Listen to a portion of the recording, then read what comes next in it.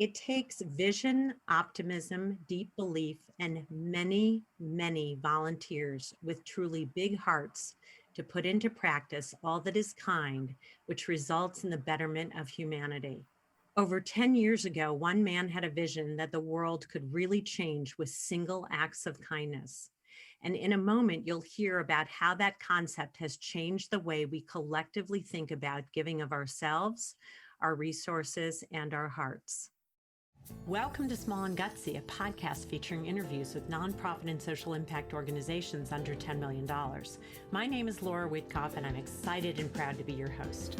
My hope is that you love the stories as much as we do, and perhaps you will find needed services, a job, volunteer, invest in, or donate. Feel free to pass along any valuable information you hear today to others, and remember to send me the name of any organization you'd like featured at reachus@theintrinsicgroup.com. Actor Misha Collins had been involved in various charitable projects since college.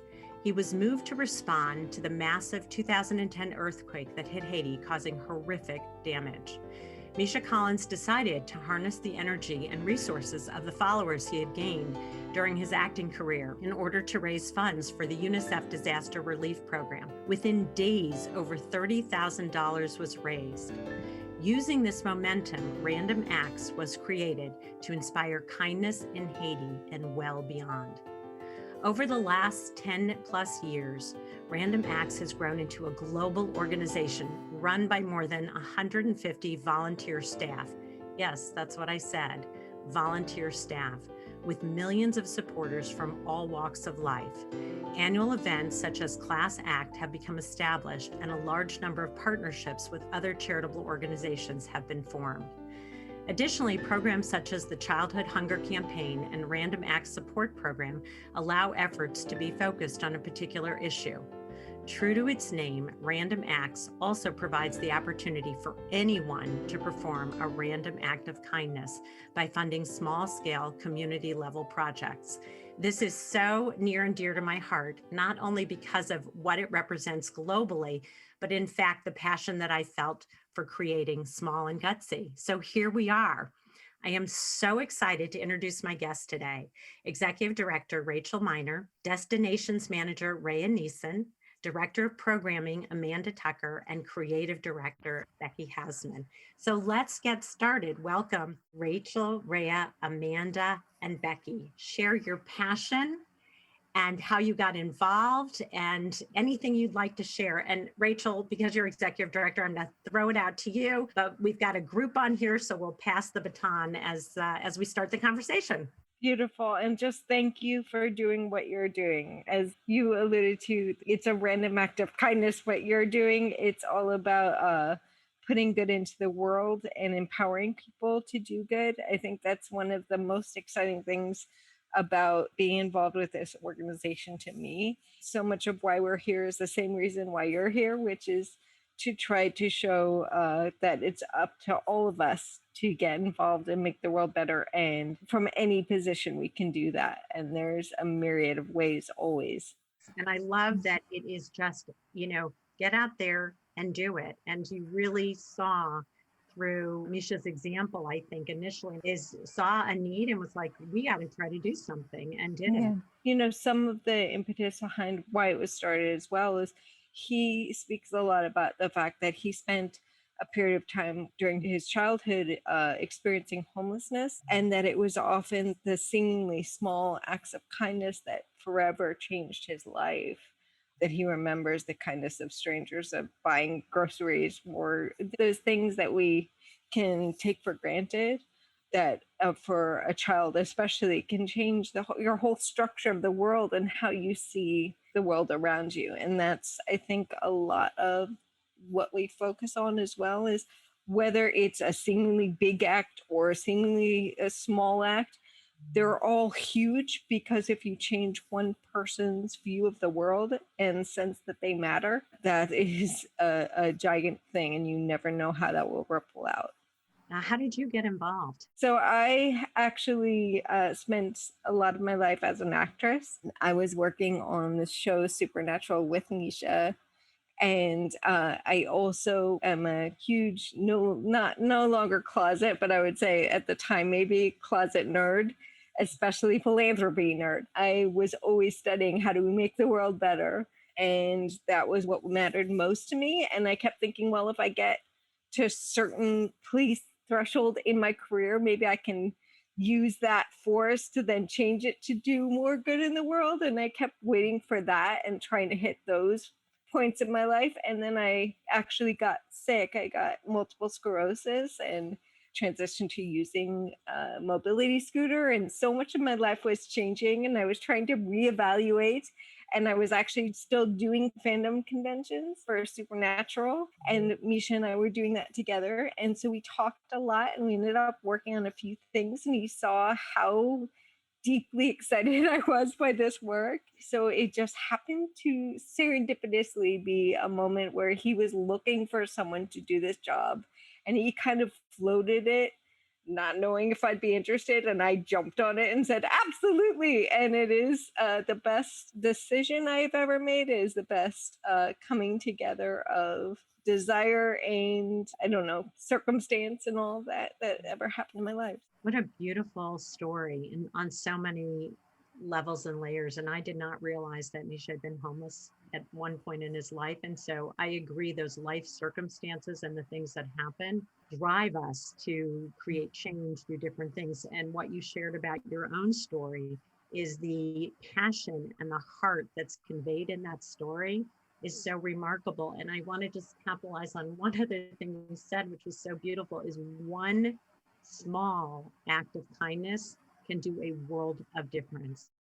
How important the human connection is, because that is throughout that entire story, is just the ability we have to change things for the better for each other just through that connection. And, you know, something that can seem negative on the outside from evaluating a circumstance of, for example, me getting sick, and it ended up being the best thing that ever happened to me because of the human connection, because of the connection I had to Misha, and the fact that we had those conversations and he saw that in me. And I knew this was actually where my heart was and what I most wanted to do. Then I met and got to work with all these wonderful people. I have no idea what you've been through and what so many people have gone through. We've had our own story. And yet what you talk about is that silver lining that sometimes can come as a result. And part of it is that human connection to see what the possibilities are. So that element of hope along with heart is so beautifully shared. And I just want to acknowledge and thank you for that and for sharing that information with all of us.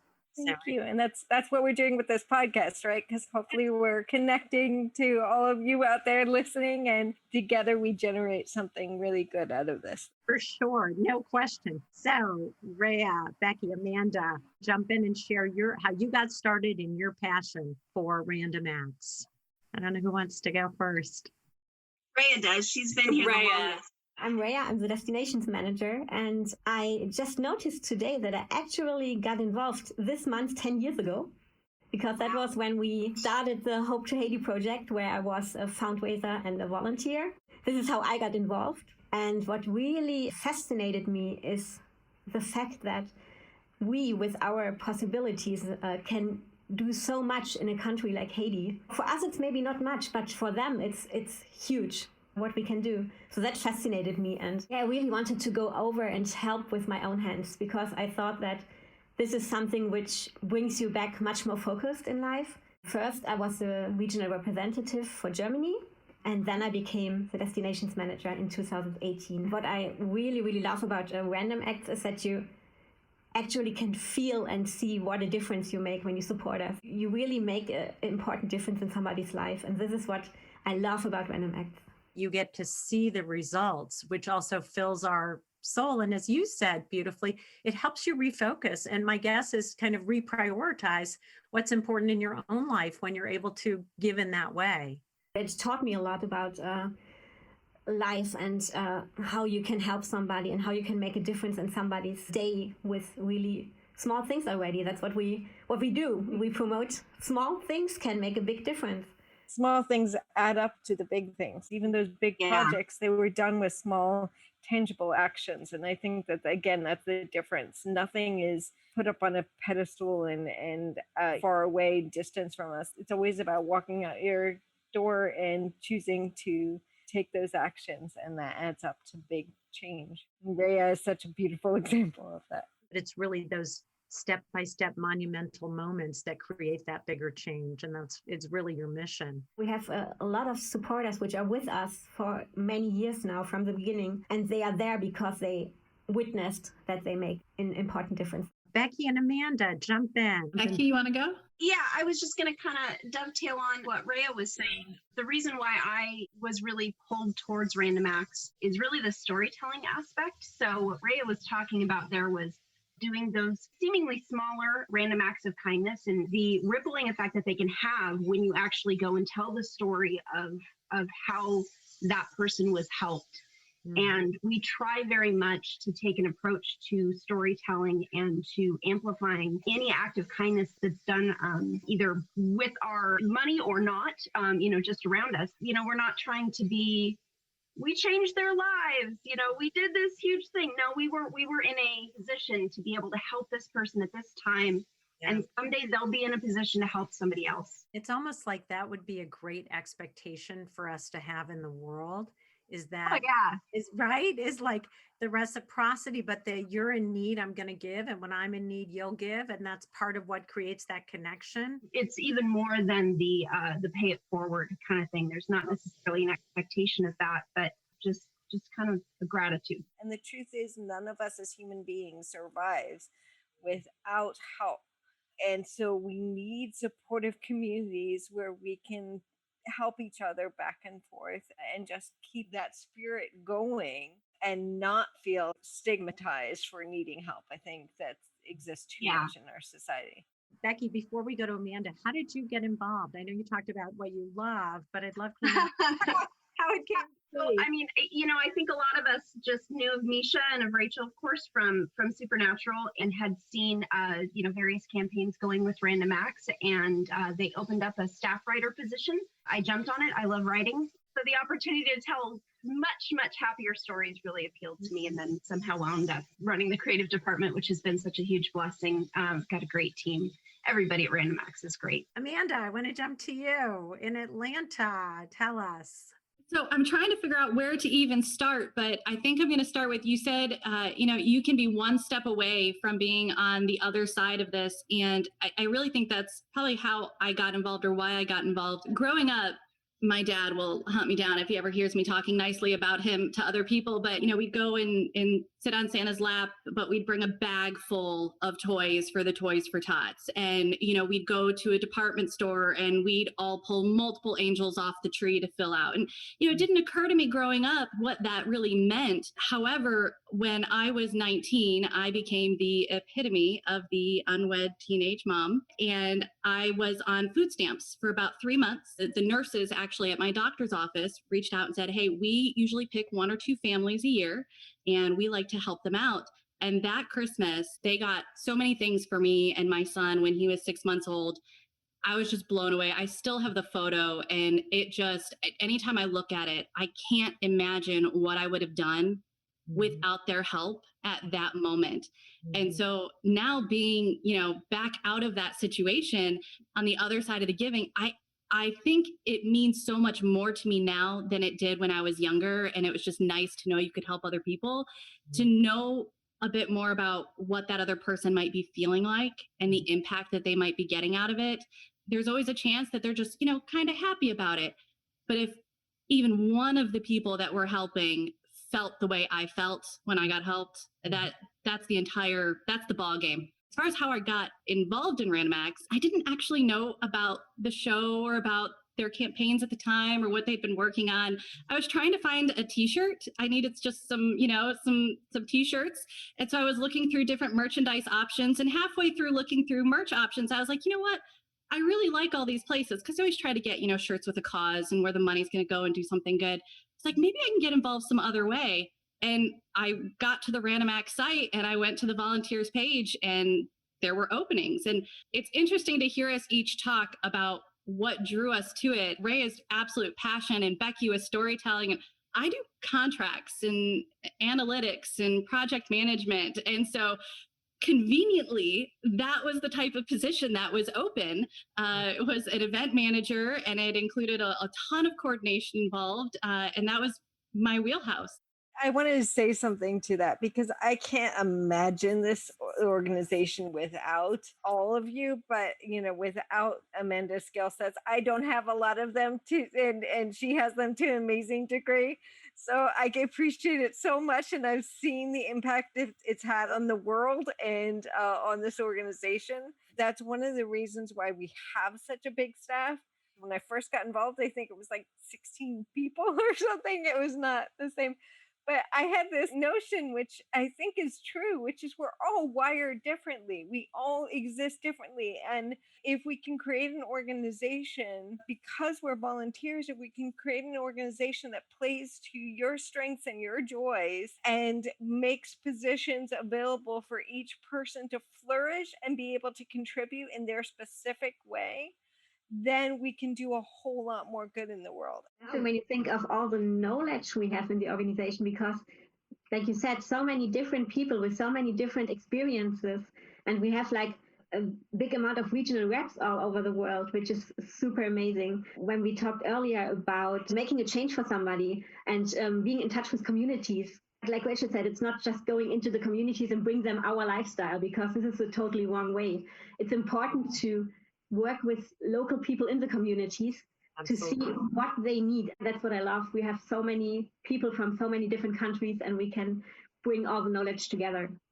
So the concept that I really is a fantastic leadership concept in even the for-profit environment that isn't utilized enough is that you really go after the skill sets that folks have, because you want people to feel good about what they're doing, and the competency just grows. And then the recap that Rhea just had about going into a community is, of course, not only do you want buy-in, you want investment, you want collaboration, because they know how to do things best in their community. And then Amanda, I just have to go back to you for a minute because your story is so beautiful. I was one of those kids too that sort of, did charitable things my whole life, and it fills me. But until there's an empathic component in your own life to a certain extent, you can think about a community or an individual and in your heart, maybe not exactly what they're going through, but you have a sense of what they may be going through and whether they can verbalize it or share with you or not. Empathy drives you to, I think, create the amazing acts and the projects that you all do. So I want to shift to projects. So tell me about some of the projects, and I know there are many. I always love to listen to Rhea talk about our project. So Rhea, I kind of want to let you start. I'll talk Childhood Hunger Campaign any day of the week, but Rhea, hearing you talk about the different destinations is just so impactful. Yeah, that was what brought me to Random Acts, our first big project, which was a children's center in Haiti. In Haiti, we supported a woman who was already feeding around 250 kids every day. And these kids walked bare feet to her house because they knew they would get food there. And it was often their only meal they got during the day. But she had to send them all out in the evening again because she didn't have a place to give them a home. And that was actually what we did. We jumped in and help her vision become real. I remember in the first year when we started to build on the children's center, the kids were living in tents next to the construction ground. And 2 years later, seeing them move into a place which is safe and beautiful and has a school and gives them possibilities, this feeling of making an actual difference is what I really always try to transfer to every supporter at home. Because we can go over to a country, we can do that because we have these people who give us the money and believe in us. I remember when we were in Haiti, we spent time with kids of existing orphanages, which was so, like I said, refocusing, because you think you go over there and you bring something, but you get so much back. In one of the existing orphanages, we met one guy. He was there for a visit. He was already going to university, and he was studying because he had a really good home in this orphanage, because they gave him a way and they gave him a chance in life. We have kids in the children's center who are 15 now. They can go out into the world and they will be able to care for themselves and do good maybe by themselves. In Nicaragua, it was an existing free high school we built the campus for. So it was again existing, and we jumped in to make it happen. With the free high school in Nicaragua, that came about because of working with and discussions with people who were living locally and some of the problems that existed there, where especially young women, for example, young women would get pregnant and then could not continue their schooling because you weren't allowed to be part of the public schooling there if you're pregnant. And then it systemically, then their children would not get schooling, etc. In order to help change this all around, we helped build this school that's open on weekends and available for young mothers, and has a daycare facility so they can bring their kids and their kids start school early. And it changes things systemically. But the important aspect, I think, was it was done in conversation with people going through problems and saying, how can we help? How better can we help change your circumstance, as opposed to coming in and implementing our idea of what we thought would be needed. In the storytelling aspect, we connect people to issues that they might not have connected to because there is a very human element. We're not able as an organization, unfortunately, to resolve the refugee crisis, for example. But we did one act where we helped raise money to build housing for a family that was in a refugee camp in Lebanon, a Syrian family, bringing attention to their specific story. There were people that had never connected to, say, the refugee crisis, who were connected to that family and wanting to help that family and seeing the similarity of what they were going through. And then also by telling that story, actually governments got involved and started to change systemically the problems in the system, and that family and other families got help, and then we were able to transition more families through. That's all. It's just to speak to what you're talking about, Rhea. I think there are aspects to each of these things that are really important. Rhea used working for. We go there to work for, which I love. And then Rachel, the other thing that you mentioned, which is so important, is you're really asking them what the needs are. You're asking them where are the pain points for them, and how can you work with them to figure out what would remedy it, versus just having a preconceived notion and going in and say, we're going to do this. And I love that approach. Is a brilliant and important approach. I remember that one time we met a woman. She was a young mother, and like Rachel said, when you're a young mother, you can't go to public school anymore. And she said she was at a point in her life where she lost all the hope, and she thought there's nothing to live for. And she said with this school she can attend now, she has a reason to live, and she has hope. And even what Rachel said, we have a daycare added to the campus, and the kids are well taken care of, so that the moms can really study for them and for their kids for a better life. It is a community effort, because this is not a situation where big money is coming in and enabling this. The donations are, when we run a campaign, it's almost hilarious, and our finance department works miracles, because tracking a couple $100,000 $5 donations is not easy. You know, in terms of our supporters, they are giving of themselves so much, but often aren't in a position to be able to give a lot financially.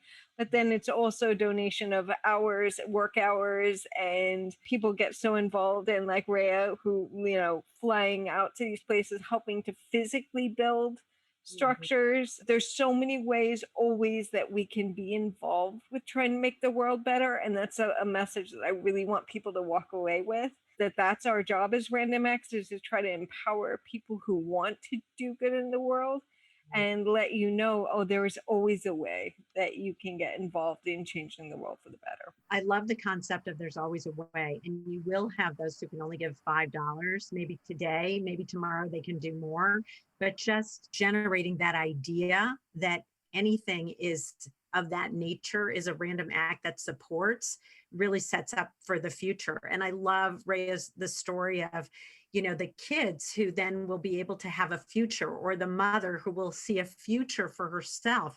And you never know where that comes back around, whether it goes to help somebody else or actually returns to Random Acts to do another random act.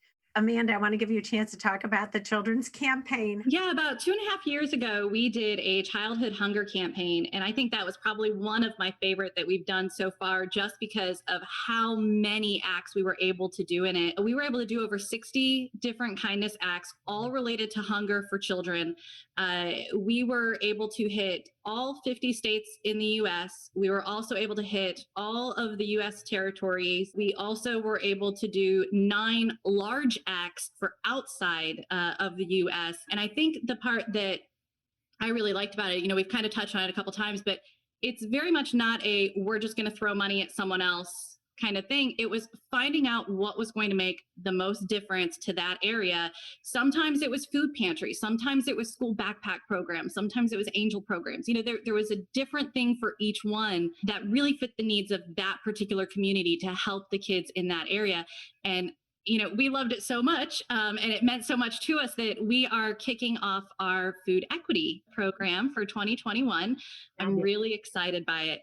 It has lots of pieces. I mean, let's face it, food equity is I can't even wrap my mind around how many components there are to something like food equity. But we have 3 things we're going to try and focus on throughout our campaign. We have food redistribution, which is your gleaning, your food banks, your backpack programs, those types. Then we've got community gardens and victory gardens, your own personal growing and your community efforts, and then urban farms. So we're just going to try and tackle it from all different directions. And I think the part that I'm really liking about it is what I'm seeing already from the staff and the supporters that are already starting to get engaged is the fact that we know this is not something that we are going to be able to single-handedly solve. There's not one specific town that we're going to suddenly fix the problem for. What we can do, though, is we can show everyone what small things they can do that can help make this bigger impact. And by the time we get to the end of this campaign, we're not going to have solved world hunger. What we will have been able to do is we'll have been able to reach that many more people to show them what impact they can have on hunger around them. This strikes a chord with me and Small and Gutsy. I was able to interview Produce Good, that does gleaning and upcycling. I was just going to say, you just did a podcast with some gleaners. I listened. I loved it. So any partnerships that can be created is part of what my goal is, to be interviewing amazing organizations like yourself. And the other one happens to be in LA, but he would love to talk to you, and is Cultiva LA, and it's urban agriculture. And I'll connect you post podcast, but people love to share their knowledge. They want to spread this throughout the US and beyond. Food insecurity and being able to help, particularly post-COVID, is so essential. So I love that you're taking this on. And Native community organic Native farm. community organic farm. The few city-owned farms in America, I believe. Yeah, they've been around for over 35 years. So that's great. Oh, beautiful. I'm excited. Yeah. I'm already I'm going to jump off and get going. I love knowing how many people there are out there that are putting their efforts towards what is obviously a need in the world. It gives me hope that we really are in a world of givers and people who want to make a difference and change, which is really the premise of your organization. It gets me to another question, which is, how did you all come up with food insecurity as sort of a concept? And if someone has an idea, how do they reach out to you and say, hey, I have this idea and I'd love to put it into practice? I'm almost going to go in reverse. So if someone has an idea, if it's something small and it's something that they want to do, that's our ACTS program. Reach out. They apply for an ACT. The whole point is to help them be able to do the kind things in the world that they want to be able to do. And I hope we get a chance to talk about the ACTS program a bit more after this. Yeah. So there's that piece. But if they have an idea as far as like a wider scope or a larger project for us to work on, we always encourage people to reach out and send us information. Our partnerships team is partnerships@randomacts.org. They are always receiving emails of people that we can work with and projects that we can work on or that we might be able to help out with. So, we love getting that type of information. We have a team that is prepped to vet and talk about what is the actual impact. So we'll look into an organization, and you'd be surprised. There's a lot of organizations that look really nice from the outside And then you look in, and it's like all the money is going to the execs or expensive, helicopters or like weird things you would never guess. So we take the time to make sure that we're putting your energy and our energy is actually going to doing good. And that's also like 94 cents on the dollar of any money that gets donated, because we're a volunteer organization, goes to that thing. Right. So then we try to also make sure whatever we're putting our energy to is doing the most good. And as Amanda said, we look often for the smaller, unseen local programs and things that might really need some help or attention or, uplift. And we try to give that. But I think that's just a really important point to all of this. And in terms of why we pick food equity, there's so much need right now. And we had a lot of discussion about what would create the most impact and kind of ticked all those boxes of all of this need and all of these different ways systemically that we need to shift things in our world right now. And so this is one of those things that can really impact. And by the way, post COVID, we had one program that I really loved that we worked on, which was Land for Women program, working with Legacy of War, which is a wonderful organization, and Giles Dooley, who runs that. And we helped to start this food cooperative for women in Rwanda. And it's taking off as an example. But one of the things is one of the few programs post-COVID that could just keep going as is, because we work locally, because we make sure that we fought really hard. Actually, it took a while to get that going, because we fought really hard to have all the women empowered to fully run their farm the way they wanted to run it. And so we didn't bring in outsiders to do that work. And so, when people couldn't fly in and so forth, it actually can keep running and keep going. And it's a very safe way for people to keep getting nutrition. If people are empowered to work locally, they can do that in a very safe way. And it's a way to make sure everyone's surviving and thriving well, whatever the circumstances are in the world. You mentioned the ACTS program, so I didn't know if you wanted to say more, and I didn't want to lose your, I have to keep it all in my head. Like, what did you say? I want to remember this. So go for it. The ACTS program is probably the cornerstone. It is the cornerstone of the organization. This is what we are all about, is making it so that anyone can do kind acts in their community. Even if they don't have the resources themselves, we can help with that.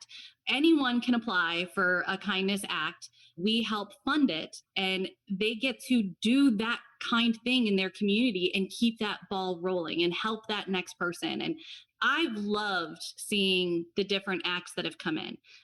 We have everything from, dinners at Ronald McDonald's houses. We had a young girl who had lost her family and was living with new family members. And so they wanted to decorate her room, right? So that she had at least something that felt familiar to her home. And so they tried to make her room similar. I mean, there are things that are just so moving that, you log in to Random Acts for the day and you go and you see the new act that came in, and you're just like, it's, some of them absolutely break your heart.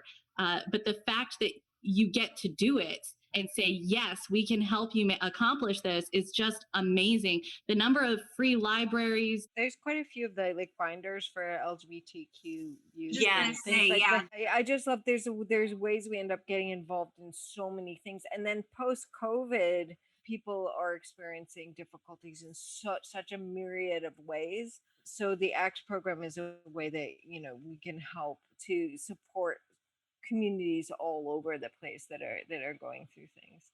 The thing that moves me most often is actually how positively the people doing the helping are affected. Absolutely. And whether it be, one of the things is we really try as an organization for it to be a natural kind of overflowing of kindness, where we have such a kind, supportive group internally that then naturally go out into the world and keep that model going. To me, that's really important, as opposed to being like hypocritically going out again and showing the world this is how you do kindness, and not living that. And so many of us, whatever we were going through this year especially, has been very difficult.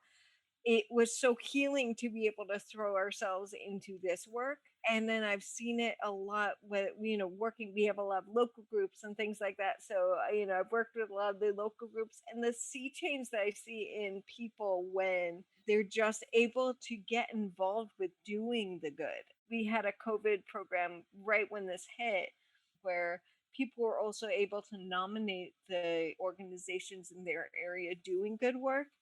And it was a way that people could get involved with helping at a time where I think so many of us felt overwhelmed by the amount of terrible things happening in the world. And it really does wonders for your mental health and well-being if you can turn that energy into, okay, how can I help someone? Love that you said that, because there is a healing that occurs when someone's able to give. I think it can sound intimidating to people to apply for an act, or that it needs to be something that is grandiose or, is going to make some huge impact in their community and, across the board. Really doesn't need to be that. If you kind of sit quietly with yourself for a minute and think about who in my community maybe might need some help, a lot of times you'll come up with somebody. It doesn't need to be, something that is big, but it might be big to the person who would receive it. I was thinking that you would maybe benefit from, getting a new bed because yours broke, and it's your house flooded last week, or whatever the case may be. And I was thinking that would be helpful. If I was able to get that for you, would that be helpful, or would something else be helpful? Just having that conversation, really can make a huge impact on that person. Then that you're really helping them, as opposed to just bringing an assumption in, and it just kind of gives you those warm fuzzies too when you are doing that. It doesn't have to move a mountain all on its own. Mm-hmm. All together, it'll happen. And it's really easy to apply for an act of kindness. Over our homepage, you get lead through it when you click on it, and it's super easy. Small and Gutsy is sponsored by the Intrinsic Group, my boutique management consulting firm specializing in guiding organizations to leverage talent, optimize processes, and to ensure the organization's narrative is aligned with their culture. We'd love to invite you to be a sponsor. So if you're interested in sponsoring Small and Gutsy to keep it going, please reach out to me at reachus@theintrinsicgroup.com. I'm going to move to our quick and gutsies. Whatever comes to mind. You've shared so much great information, and I can't thank you enough for that. If the answer can't be money or funding, what's at the top of your wish list for random acts? Everyone in the staff can laugh at me. I want us to be in every community. So my dream is that as I said, we keep expanding globally, and it's hard because we also need to keep the structure going. So that's why I'm like, don't panic, staff. We're not going to do this instantly. But my dream is that we really do exist and have outreach groups.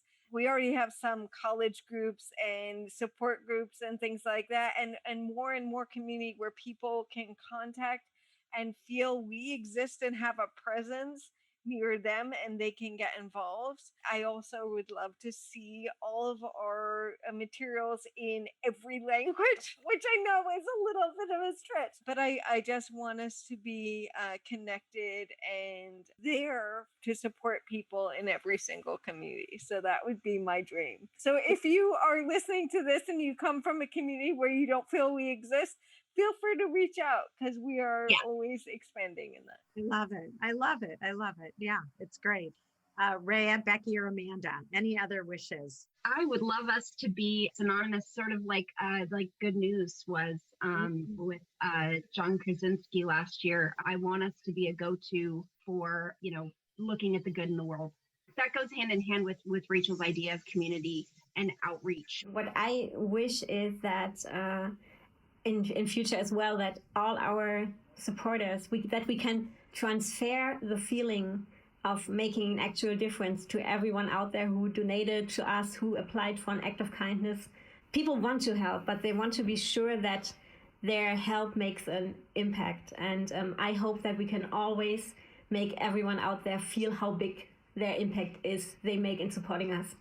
I realize I probably shouldn't have gone last, because I always tend to put on my business hat, and I probably should have left this with a nice, happy, fluffy one. But, I really think that if not money and fundraising, I'm going to kind of go to the voice part and the partnership part, right? Because so many times you hear partnerships and people automatically go to sponsors and money and that kind of thing, but that's not always the case. The chance to talk with you is getting our voice out there to that many more people. So getting our voice out, I think, is really that one for me. Getting our voice out, building up those partnerships and really becoming, Becky, that standard in the community, synonymous, right? Born This Way Foundation is a great example of a partnership. Lady Gaga's organization, because they do Be Kind 21, which is a 21 days of kindness, which is very much us. So having those kind of connections, and synchronicities with other organizations that are doing the same thing, it's only good stuff. I love that, because the more people who latch on to this concept, wherever it comes from, the better it is. And it's really my belief system in raising the visibility and creating some engagement. Get engaged, get involved in whatever way you can. I love that. The more of that we see on our Facebook and Twitter and Instagram, the less I have to see of the other stuff. So it's all good. If you were to think of a song that describes random acts, what would it be? Jackson Brown, Standing in the Breach. Oh, I love it. You work fast, Rhea. Wow. Yeah. It talks about the change the world needs is there in everyone. And I love that song. I was thinking Rainbow Connection, but then I'm literally trying to run through all the lyrics in my head. And I was like, is it right? But that's what I thought of right away. Yeah, it's bringing all of us together, right? I love it. Becky or Amanda, what's your song? Oh gosh, I'm thinking of Phenomena. I love it. It's great. I don't know why my brain went there, but it's the all the time, because we are always kind of in our heads just thinking about new things and talking with each other and stuff. And I don't know, it's kind of a constant. This is the song that never ends. I'll go with that one. Can we make that be mine? I should have studied for this, Laura. What in the world? It's just supposed to be fun. I'm going to say Don't Stop Me Now, Queen song. What makes your organization gutsy? There's a reason I called the podcast Small and Gutsy. So what makes you gutsy? Random acts. The word random, we are not kidding. The variety of acts, the number of types of campaigns that we have done, the ways we're going to try and engage with people. The word random is the most key word ever. I think it is extremely brave to champion kindness, because a lot of people write it off and think that it's weakness. And I know it's something that every one of us that goes out and tries to put positivity in the world has experienced, is people not taking you as seriously, writing you off, or thinking that means they can step on you.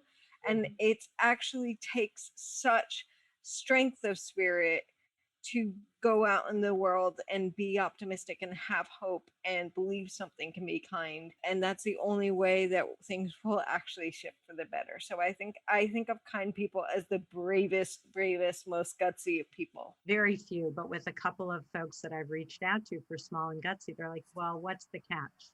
What's in it for you? What do I have to purchase? I'm like, nothing. I was just going to kind of dovetail on with what Rachel said. Misha wrote a really great line. Kindness is not meek. Kindness has a spine. All of our acts, it's not just fluff stories. We do talk about where things are hard. We don't dance around difficult situations when we're talking about ways that we've gone in and helped. We try and be bold in our storytelling and in the way that we're helping people and honest, because a lot of times that's the only way that things change is by being honest about them. And it's really important, because something we discovered is kindness can be weaponized to stop people from having the hard conversations of just put a smile on your face and being nice to each other. And so we've really tried to differentiate between how gutsy kindness is and how much it takes having those difficult conversations and being willing to roll up your sleeves to really make a difference and make things better, as opposed to just putting brush coat on something and being performative about it. Well, there's depth when you include DEI, diversity, equity, inclusion. Is so important, because it's also how you approach projects, how you are internally, and how important that is in our communities, both in work and in home, right? In play, you have to be aware. And the more awareness you have, the more sensitive, but also the more inclusive. And I don't believe in diversity without inclusion, because it doesn't mean anything. What is something that maybe outsiders or maybe even insiders don't know about Random Acts? It's a really good question. I'd say there's actually, unfortunately, a whole lot that people don't know about this organization. It's one of the problems is most people get introduced to the organization because of one act of kindness or one project or something, and that is kind of what they know of the organization. Because it's unusual to have an organization that has such a broad mandate and it can be a bit nebulous. So we're always trying to clarify for people what we're tangibly doing in the world. I also think, some of what we've talked about in terms of the number of staff, the amount of work that goes on internally, the number of departments we have, the amount, like, it's just quite amazing. And to me, it is really who we are. The organization is made up of so many passionate individuals with their own purpose of trying to make the world better, coming together. And I wish that everyone could see that all of the work that goes on behind the scenes, so to speak. And they're volunteer staff.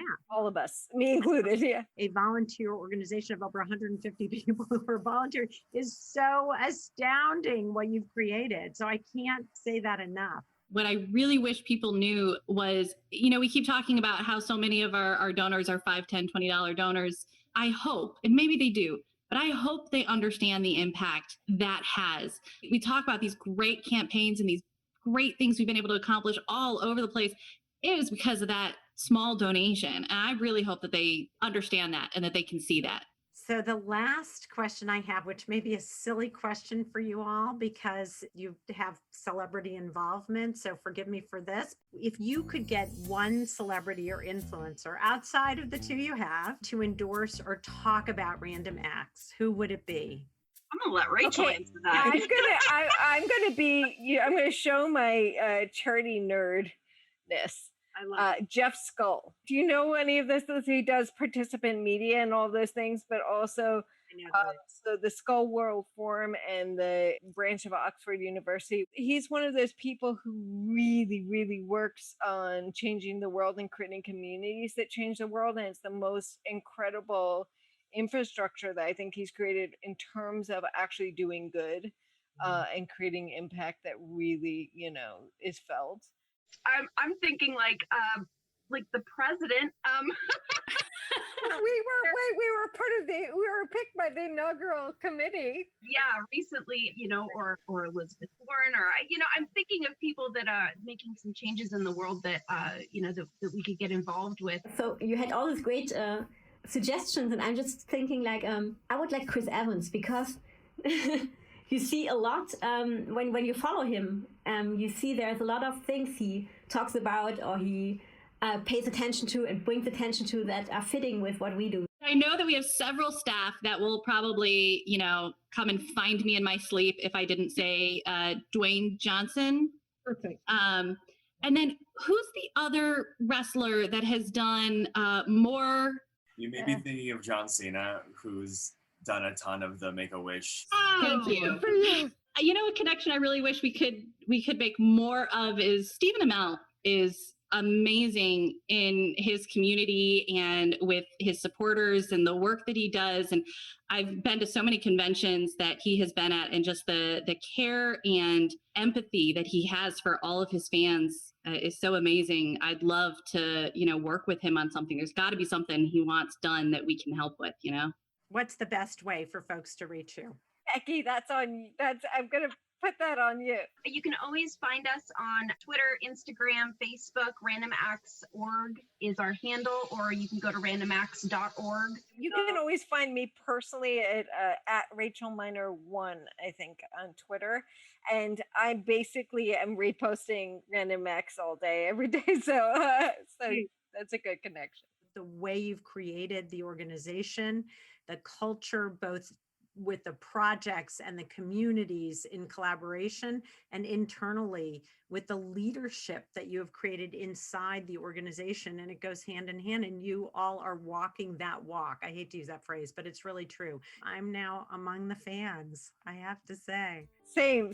I think we all walked away as huge fans and so appreciative of everything you're putting into the world. I want to thank each of you for spending so much time with me. We could go on for the day. I could learn so much more. And I really appreciate all of the things that you shared and said about the programs, about the opportunities, about the projects, about your approach and your personal connection. All of it was really beautiful. Thank you, Laura, for inviting us. This has been fantastic. We need more voices like yours out there helping to amplify everyone else, right? There's so many people trying to do amazing things, and you're one of them, and you're trying to highlight all the others. It's really impressive. Thank you. One random act at a time. That's how it's done. There you go. Thank you for listening. If you like this podcast, please share it with your friends.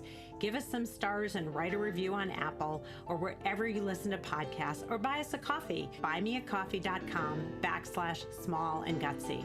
Mark Witkoff says, Small and Gutsy gives new meaning to community and how the organizations and leaders whom Dr. Laura Witkoff features engage with their listeners and with each other to inspire all of us to contribute in meaningful ways. Thanks, Mark Witkoff. I really appreciate that, and we do our best. I want to thank my partners in this endeavor, my co-producer, sound engineer, and composer, the amazing Pavel Franson, my exceptionally talented graphic designer, Nate Addy, my social work intern extraordinaire, Stephanie Tran.